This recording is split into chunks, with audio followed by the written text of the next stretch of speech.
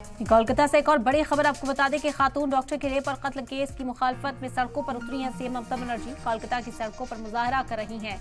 Women crime के against एहतजाज दर्ज करवा रही हैं ममता बनर्जी। बता दें कि मगरबी बंगाल में जहां टीएमसी का घेराव बीजेपी की ओर से किया जा रहा है, वहां खुद ममता बनर्जी अब सड़कों पर उतर आई हैं और प्रोटेस्ट किया जा रहा है। वुमेन सिक्योरिटी को यकीनी करने पर जोर दिया जा रहा है। हालांकि ममता बनर्जी इस वक्त सवालों के घेरे में रही कि कोलकाता पुलिस ने जो इंकशाफ करने थे इतवार तक, जिसका हुक्म ममता बनर्जी ने दिया था, वो वक्त बीतने के बाद भी पुलिस की ओर से नहीं किया गया। लेकिन ममता बनर्जी अब यकीन दहानी कराने के लिए कि इस मामले में आवाज़ बुलंद करेंगी और इंसाफ दिलाने के लिए जो कोर्ट है या मरकजी हुकूमत है उस पर दबाव बनाएंगी।